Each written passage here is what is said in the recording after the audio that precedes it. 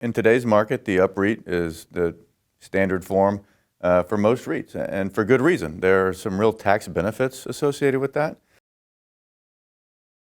Joining me today is Matt Ames, partner with KPMG. Matt, thanks so much for joining us. Yeah, happy to be here today. Thank you. Many REITs own properties through an operating partnership or umbrella partnership UPREIT structure. What are some of the tax issues to consider in connection with the UPREIT structure? That's a great question. And in today's market, the UPREIT is the standard form for most REITs, and for good reason. There are some real tax benefits associated with that.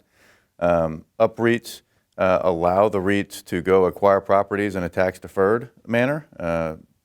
Potential sellers of property could contribute those assets to the partnership in a tax-free way. And as long as the REIT monitors debt allocations and doesn't sell the property, the gain would be deferred. And so it's a very attractive mechanism for REITs to go acquire properties, to make deals with sellers, maybe at a more attractive price than they would if the seller had to sell for cash and pay tax on that. There's other benefits as well from a compensation standpoint. UPREITs give you more flexibility. You can do partnership units in the form of LTIPs. You know, many members of Nareit are very fond of those, I'm sure. And they come with benefits in terms of compensation deductions and ability to attract and retain top talent. And another common term is related party rent. What are the implications for REITs who earn related party rent? Well, in short, it's bad income, which is not fatal. REITs can certainly earn some amounts of bad income. Typically, REITs like to keep their bad income below certainly 5%, and most aim for 3% or so. So related party rent in small amounts is not a big deal. It is not rents from real property, so not qualifying income. So REITs obviously want to manage that to the best they can. And finally, what are some of the unusual ways related party rent may exist, and what can REITs do to ensure that they don't inadvertently earn any of this rent?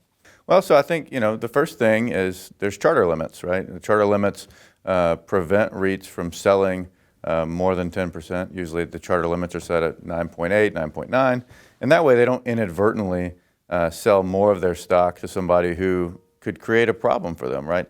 Attribution rules, which is far beyond the scope of what we want to go into today, but attribution rules can produce some funky answers where maybe a shareholder of the REIT also owns a large stake in a tenant, and those attribution rules can result in the REIT being deemed to own the tenant and therefore producing related party rent that's not qualifying income.